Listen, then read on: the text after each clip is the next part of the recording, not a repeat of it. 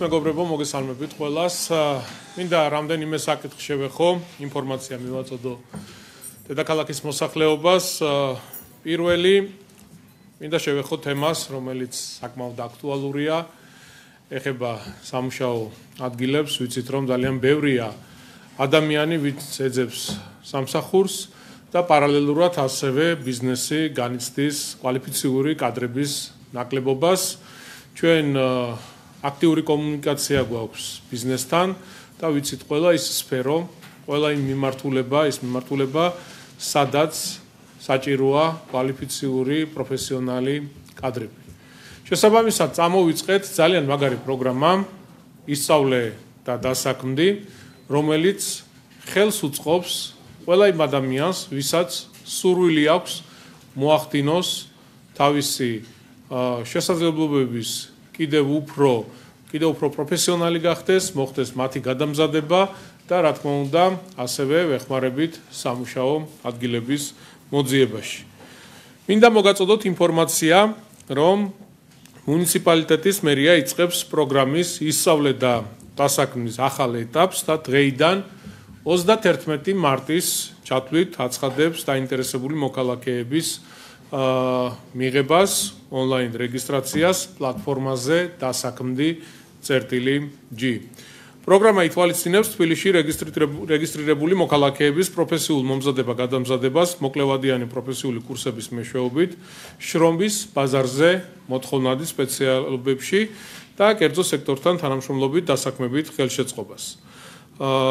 მოქალაქეების აღნიშნულ კურსებზე გადამზადება ცხადია არის უფასო, თქვენ არაფერი გადასახადი არ გექნებათ, ყველა ხარჯი რაც არის მუნიციპალიტეტი იღებს თავის თავზე, თქვენ უბრალოდ გეხმარებით და გვინდა ხელი შეგიწყოთ იმაში, რომ მოვახდინოთ თქვენი გადამზადება, კიდევ უფრო მაგარი პროფესიონალები გახდეთ და დაგეხმაროთ სამსახურის მოძიებაშიც.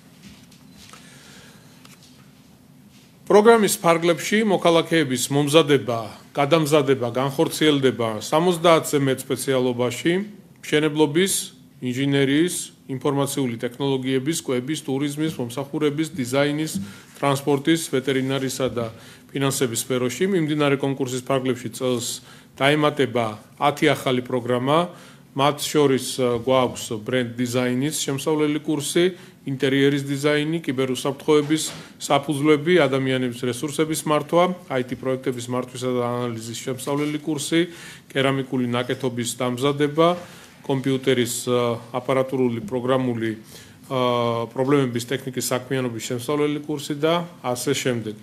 თქვენ იცით, რომ აღნიშნული პროგრამა დიდი პოპულარობით სარგებლობს, ბოლო წლების განმავლობაში ჩვენ 10,000-მდე მოქალაქეს დავეხმარეთ და მივეცით შესაძლებლობა გადამზადებულიყო და 70% დასაქმების მაჩვენებელი გვაქვს. ეს საკმაოდ მაღალი მაჩვენებელია, თუმცა კიდევ გვაქვს რესურსი, რომ გავაუმჯობესოთ აღნიშნული მაჩვენებელი და კიდევ უფრო მეტ ადამიანს დავეხმაროთ. ასე რომ მეგობრებო, შეგიძლიათ მარტის ბოლომდე 31 მარტამდე დღეიდან უკვე დარეგისტრირდეთ, ვისაც სურვილი გაქვთ, აიმაღლოთ თქვენი კვალიფიკაცია, თქვენი პროფესიონალიზმი და შემდეგ უკვე მოხდეს თქვენი დასაქმება. მინდა შევეხო ასევე ერთ ძალიან მნიშვნელოვან პროგრამას, რომელსაც მუნიციპალიტეტი აფინანსებს, ახორციელებს და ასევე გვაქვს სიახლე აღნიშნულთან დაკავშირებით. თბილისის მერია აუტიზმის სპექტრის დარღვევის მქონე ბავშვებისა და მოზარდების მხარდაჭერას განაგრძობს და აუტიზმის სპექტრის დარღვევის მქონე ბავშვთა აბილიტაციის პროგრამაში ცვლილებებს მუდმივად ახორციელებს. მორიგი ასეთი ცვლილებით 1 აპრილიდან პროგრამით განსაზღვრულ მომსახურეობას დამატებით 300 ბავშვი და მოზარდი მიიღებს. ანუ დამატებით 300 ბავშვი შეძლებს აღნიშნულ პროგრამაში ჩართულობას. ეს სიახლე აუტიზმის შესახებ ცნობიერების ამაღლების მსოფლიო დღეს 2 აპრილს უკავშირდება და მიზნად აღნიშნული საჭიროების მქონე ოჯახების გვერდით დგომას ისახავს, რადგან ამ სერვისის უწყვეტ რეჟიმში მიღება დიდ თანხებთან არის დაკავშირებული. თბილისის მერიის პროგრამის მიმდინარე წლის ბიუჯეტი 11,245,000 ლარამდე გაიზარდა და აპრილიდან 2,400 ბავშვს და მოზარდს დაუფინანსდება მულტიდისციპლინური გუნდის მიერ შედგენილი კომპლექსური თერაპიის სეანსები. რაც შეეხება სერვისის განმახორციელებელ დაწესებულებს, მათი რიცხვის გაზრდილია, რაც ძალიან კარგია, მნიშვნელოვანია. იანვრიდან მერიის პროგრამით გათვალისწინებული მომსახურების მიმწოდებლად მე-11 ორგანიზაცია ჩაერთო უკვე. აღსანიშნავია, რომ აუტიზმის სპექტრის დარღვევის მქონე ბავშვთა აბილიტაციის პროგრამის დაწყების დროისთვის პროგრამაში სერვისის მიმწოდებელი მხოლოდ 2 დაწესებულება იყო და 325 ბავშვი იყო ჩართული. ხოლო ბიუჯეტი დაახლოებით იყო 500,000 ლარი. მას შემდეგ პროგრამის ბიუჯეტი ყოველწლიურად იზრდებოდა და შესაბამისად მეტი ბავშვის დაფინანსება ხდებოდა შესაძლებელი, ასევე მოიმატა ერთ ბენეფიციარზე განსაზღვრულმა თანხამაც. გარდა ამისა, მერიის პროგრამის პარკლებში თერაპიული სეანსები თავიდან მხოლოდ 2-დან 14 წლამდე ასაკის ბავშვებს უტარდებოდათ. ჩვენი გადაწყვეტილებით ჩვენ სულ რაღაც 2 წლის წინ თუ 3 წლის წინ დავიწყეთ დამატება პროგრამაში, რომ 18 წლამდე მოზარდებსაც ვეხმარებით და მათაც აქვთ შესაძლებლობა ჩაერთონ აღნიშნულ პროგრამაში. ასე რომ, მეგობრებო, ინფორმაციის სახით, რაც მოგაწოდეთ აღნიშნულ პროგრამასთან დაკავშირებით, არის ის, რომ 2400 ბავშვს დაუფინანსდება უკვე აღნიშნული თერაპიები ამ პროგრამაში და ყველას მინდა კიდევ ერთხელ უთხრა, რომ მაქსიმალურად გვერდით დაუდგებით ამ ოჯახებს, ამ ადამიანებს, ანუ არის ამის საჭიროება და აუცილებლობა. როგორც იცით, თბილისის მუნიციპალური ინსპექცია აქტიურად განაგრძობს უკანონოდ მიტაცებულ სახელმწიფო მიწებზე განხორციელებული მშენებლობების მონიტორინგს და კანონით გათვალისწინებული ღონისძიებების გატარებას. იყო შემთხვევები, გახსოვთ, დედაქალაქში, როდესაც სახელმწიფო მიწებზე ხდებოდა უნებართვოდ შენობა ნაგებობების განთავსება, რაც რა თქმა უნდა ძალიან დიდ პრობლემას წარმოადგენს, იმიტომ რომ ჩვენ გვაქვს სხვადასხვა პროგრამები იმ ოჯახებისთვის, იმ ადამიანებისთვის, რომლებსაც არ გააჩნიათ საცხოვრებელი, აქვთ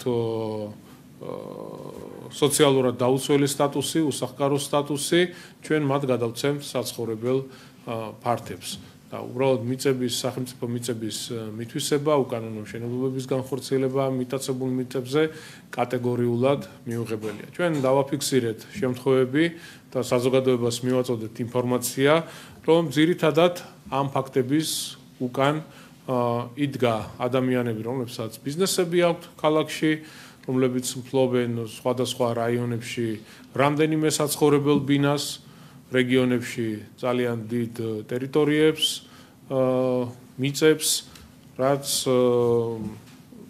ინფორმაციის სახით მივაწოდეთ საზოგადოებას და ხშირი იყო შემთხვევები, როდესაც გაჭირვებულ ოჯახებს იყენებდნენ ფარად ასეთი ადამიანები.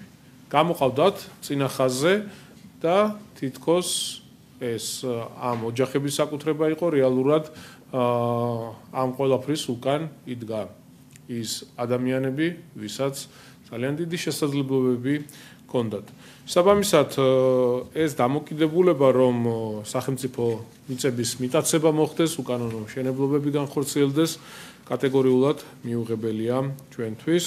კიდევ ერთი ფაქტი ამჯერად თბილისის საერთაშორისო აეროპორტის მიმდებარე ტერიტორიაზე დაფიქსირდა, აეროდრომის შეზღუდვის არეალში, განსაკუთრებული რეგულირების ზონაში.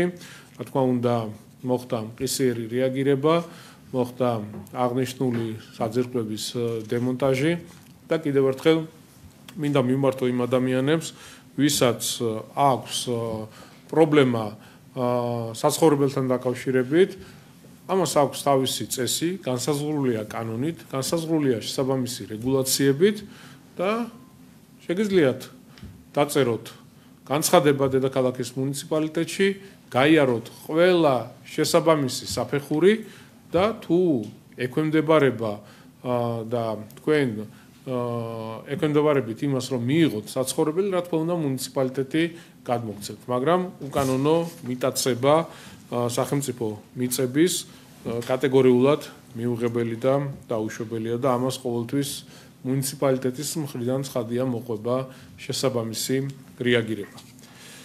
და ბოლოს, როგორც იცით, UEFA-ს ერთა ლიგის პლეი-ოფში საქართველოს ნაკრები სომხეთის ეროვნულ ნაკრებს დაუპირისპირდება.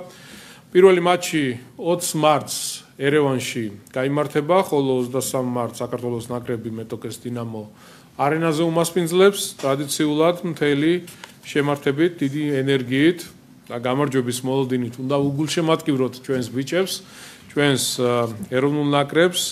მათ ვინც მატჩ სტადიონზე ვერ დაესწრება, ვეპატიჟებით 20 მარტს 21 საათზე პირველ რესპუბლიკის მოედანზე, სადაც თბილისის მერიისა და საქართველოს ფეხბურთის ფედერაციის ორგანიზებით მატჩის ღია ჩვენება გაიმართება. ბევრი ვერ ახერხებს ერევანში გამგზავრებას, შესაბამისად ძალიან დიდია ინტერესი აღნიშნულ შეხვედრასთან დაკავშირებით და 20 მარტს 21 საათზე გეპატიჟებით რესპუბლიკის მოედანზე, სადაც მოეწყობა ღია ჩვენება. პირველი რესპუბლიკის მოედნის მიმდებარე ტერიტორიაზე ასევე იმუშავებს საკვები ობიექტები, ნაკრების ოფიციალური მაღაზია, სადაც საგულშემატკივრო ატრიბუტიკის შეძენაც შეძლებთ. კიდევ ერთხელ ფეხბურთის ფედერაციას მინდა მადლობა გადაუხადო თანამშრომლობისთვის, ჩვენს ბიჭებს კი უსურვებ წარმატებებს და გამარჯვებას.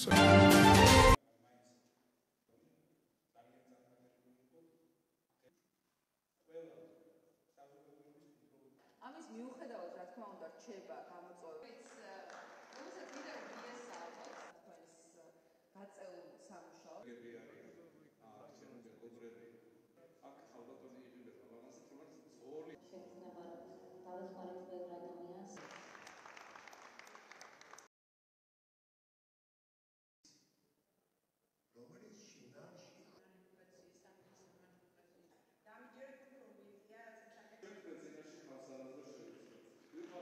გადაუდებელი სასტრაფო სამედიცინო დახმარების ეკიპაჟის წევრობა. ეს გაწეული შრომა არის მართლაც ფასდაუდებელი. უზარმაზარი შრომაა ეს და რასაკვირველია საზოგადოების მხრიდან ეს მოითხოვს დაფასებას და მადლიერებას თითოეული იმ თანამშრომლის მიმართ, რომელიც აი ამ დიდ შრომას ეწევა. მეც უერთდები, რა თქმა უნდა, საზოგადოების სახელით, სახელმწიფოს სახელით, თითოეული თანამშრომლის მიმართ გამოხატულ მადლიერების სიტყვას და მინდა თითოეულ თანამშრომელს წარმატება უსურვო. მარტი ქალთა ისტორიის თვე არის, ამ თვის მანძილზე ჩვენ რამდენიმე ღირსშესანიშნავ და საინტერესო ღონისძიებას ვატარებთ, მათ შორის მიხარია რომ წარმატებით უმასპინძლეთ პარლამენტში სასწრაფო დახმარების თანამშრომლებს, ექიმებს, ექთნებს, ქალებს, ვინც ჩვენი სიცოცხლის დაცვის სადარაჯოზე დგანან, ჯანდაცვის მინისტრთან და ასევე ქართველ ებრაელ ქალთა ასოციაციასთან ერთად მიულოცეთ მარტის თვე, ქალთა დღე და რა თქმა უნდა აღვნიშნეთ ის განუზომელი წვლილი, რომელიც თითოეულ მათგანს შეაქვს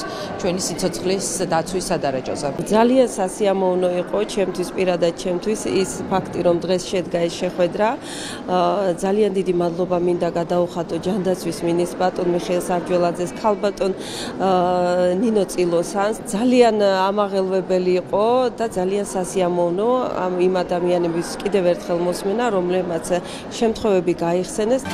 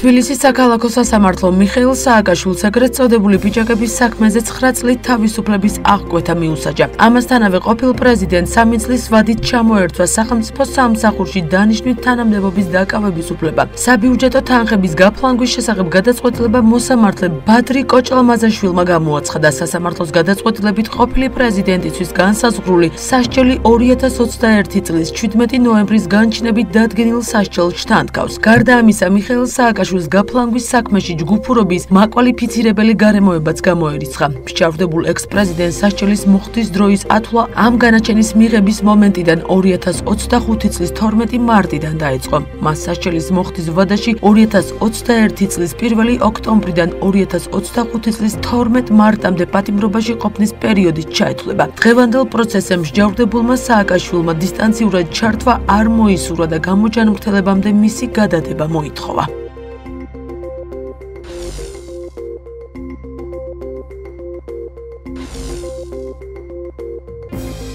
პროკურატურა სააკაშვილთან ერთად საბიუჯეტო თანხის დიდი ოდენობით 9 მილიონი ლარი ჯგუფურად გაფლანგვას სახელმწიფო დაცვის სპეციალური სამსახურის ყოფილ უფროს თეიმურად ჯანაშიასაც ედავებოდა. სასამართლოს გადაწყვეტილებით ის დამნაშავედ ცნობილ იქნა სისხლის სამართლის კოდექსის 332 მუხლის პირველი ნაწილით გათვალისწინებული დანაშაულის ჩადენისთვის. ყოფილ მაღალ ჩინოსანს სასჯელის სახედ 300,000 ლარის ოდენობით ჯარიმა და 3 წლის ვადით სახელმწიფო სამსახურში დანიშნვით თანამდებობის დაკავების უფლება ჩამოერთვა. საქმის მასალებით არ დგინდება, რომ მას არც პირადად და არც მიხეილ სააკაშვილთან ერთად არ მოუხდენია აღნიშნული საბიუჯეტო თანხების ხარჯვა, მაგრამ ეს იმას არ ნიშნავს, რომ თეიმურად ჯანაშიას საერთოდ არ ჩაუდენია დანაშაული.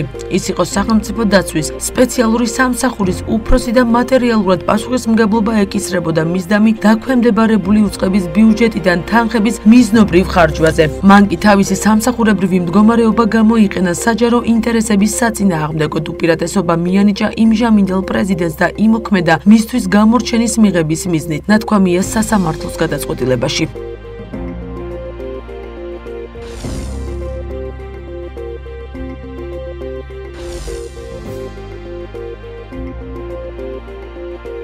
უკრაინამ მზადაა მიიღოს ამერიკის შეერთებული შტატების წინადადება ცეცხლის 30 დღიანი შეწყვეტის შესახებ. ამერიკის შეერთებული შტატები დაუყოვნებლივ განაახლებს სადაზვერვო ინფორმაციის გაზიარებას და უკრაინისთვის სამხედრო დახმარების მიწოდებას. ამის შესახებ უკრაინისა და ამერიკის შეერთებული შტატების დელეგაციების ერთობლივ განცხადებაშია ნათქვამი. მხარეები ახლა რუსეთის პასუხს ელოდებიან. ამასთან დელეგაციებმა განიხილეს ჰუმანიტარული დახმარების მნიშვნელობა როგორც სამშვიდობო პროცესის ნაწილი, განსაკუთრებით ცეცხლის შეწყვეტის პერიოდში, მათ შორის სამხედრო ტყვეების გაცვლა, სამოქალაქო პირების გათავისუფლება და იძულებით გადაადგილებული უკრაინელი ბავშვების დაბრუნება. შეერთებულმა შტატებმა კი აიღო ვალდებულება განიხილოს ეს კონკრეტული წინადადებები რუსეთის წარმომადგენლებთან. უკრაინის პრეზიდენტის ვლადიმერ ზელენსკის განცხადებით, უკრაინა მზად არის მშვიდობისთვის და ამერიკის შეერთებულმა შტატებმა უნდა დაარწმუნოს რუსეთი, რომ იგივე გააკეთოს და სამშვიდობო შეთანხმებას ხელი მოაწეროს.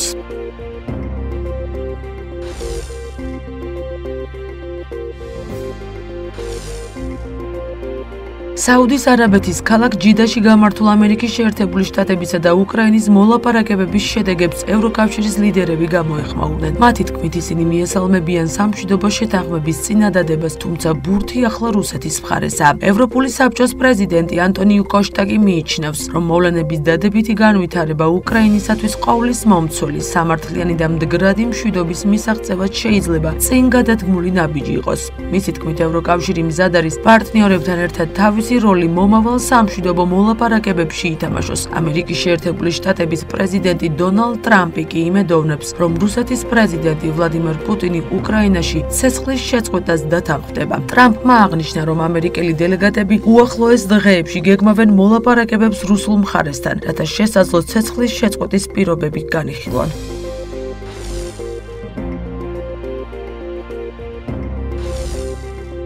უკრაინის პრეზიდენტის ადმინისტრაციის ხელმძღვანელის ანდრეი ერმაკის განცხადებით, უკრაინისთვის უსაფრთხოების გარანტიების სხვადასხვა ვარიანტი განიხილება და ეს ის გარანტიებია, რომლებიც 100%-ით თავიდან აიცილებს ნებისმიერ აგრესიას მომავალში. ერმაკმა ისაუბრა შეთანხმებების შესახებ უკრაინის ცუდ გამოცდილებაზე, რომლებმაც მისი თქმით სამწუხაროდ უკრაინას არანაირი გარანტიები არ მისცა. ამასთან ჟურნალისტის კითხვაზე იყო თუ არა უკრაინისადმი მოწოდებები ტერიტორიული დათმობების ან ნატოში გაწევრიანებაზე უარი ხარისხის შესახებ. ერმაკმა უპასუხა, რომ საუბარი იყო ყველაფერზე, რაც სამართლიანია. ჩვენ გვაქვს პარტნიორული ურთიერთობები, ამიტომ მე არ გამოვიყენებდი სიტყვას მოწოდებები ან რაიმე სიძულება. ჩვენ დღეს ვსაუბრობდით როგორც პარტნიორები და მეგობრები, განაცხადა ერმაკმა.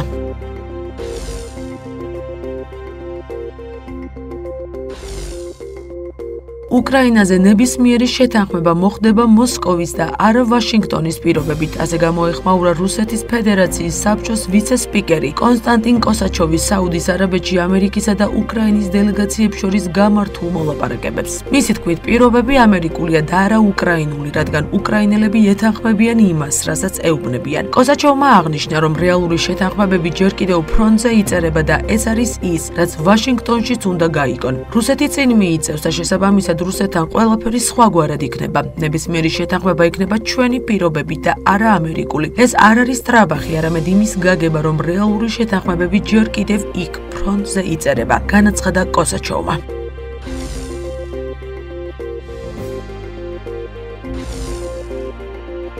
რუსეთის საგარეო დაზვერვის სამსახურის დირექტორ სერგეი ნარიშკინსა და ამერიკის შეერთებული შტატების ცენტრალური სადაზვერვო სამმართველოს ხელმძღვანელ ჯონ რედკლიფს შორის სატელეფონო საუბარი შედგა. ამის შესახებ ინფორმაციას რუსული მედია ავრცელებს. მათივე ცნობით, ამერიკული და რუსული სპეცსამსახურების ხელმძღვანელები შეთანხმდნენ, რომ საერთაშორისო სტაბილურობისა და უსაფრთხოების უზრუნველყოფის ხელშესაწყობად, ასევე მოსკოვსა და ვაშინგტონს შორის კონფრონტაციის შესამცირებლად რეგულარულად ითანამშრომლონ. ამასთან ნარიშკინმა და რედკლიფ საერთო ინტერესების მიმართულებით ურთიერთთანამშრომლობის და კრიზისული სიტუაციების დარეგულირების საკითხებიც განიხილეს.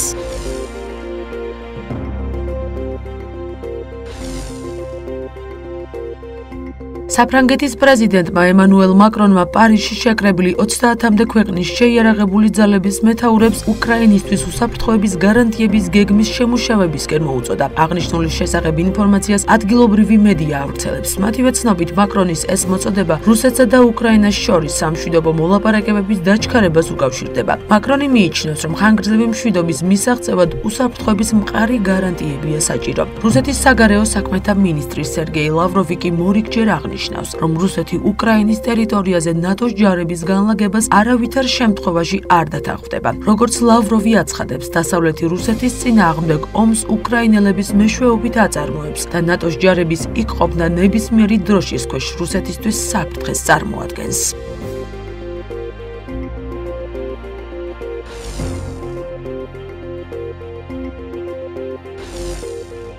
უკრაინამ რუსეთის ტერიტორიიდან ყველაზე ბრძოლის უნარიანი ბრიგადების გაყვანის გადაწყვეტილება მიიღო. გავრცელებული ინფორმაციით ქვეყნის ხელისუფლებამ კურსკიდან ბრიგადები ალყაში მოქცევის საფრთხის გამო გაიყვანა. 2 კვირის წინ უპილოტო თვითმფრინავების ელიტარულმა რუსულმა დანაყოფმა უკრაინული მომარაგების ხაზები დაარღვია. მიზნობრივი დარტყმების შედეგად უკრაინის ათეულობით სატრანსპორტო საშუალება მწყობრიდან გამოვიდა.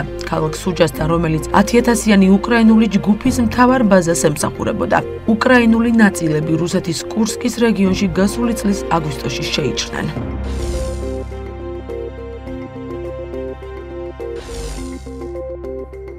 ევროკავშირმა და გაერომ სირიაში განვითარებული მოვლენები დაგმეს. ჩვენ მკაცრად ვგმობთ ბაშარ ალ-ასადის რეჟიმის მხარდამჭერების შეიარაღებული დაჯგუფებების თავდასხმებს უსაფრთხოების ძალებზე. ასევე ყველაზე მკაცრი ფორმით ვგმობთ სამოქალაქო პირების წინააღმდეგ ჩადენილ საშინელ დანაშაულებებს, მათ შორის სიკვდილით დასჯას, რომელთა უმეტესობაც სავარაუდოდ შეიარაღებულმა დაჯგუფებებმა განახორციელეს, რომლებიც გარდამავალი ხელისუფლების უსაფრთხოების ძალებს უჭერენ მხარს, ნათქვამია განცხადებაში. ამასთან ევროკავშირი მიესალმება 10 მარტს გარდამავალ ხელისუფლებასა და სირიელი ქურთების დაჯგუფებას შორის მიღწეულ შეთანხმებას. გაეროს გენერალური მდივანი ანტონიო გუტიერეში კი სისხლისღვრის დაუყოვნებლივ შეწყვეტასა და დამნაშავების დასჯას ითხოვს.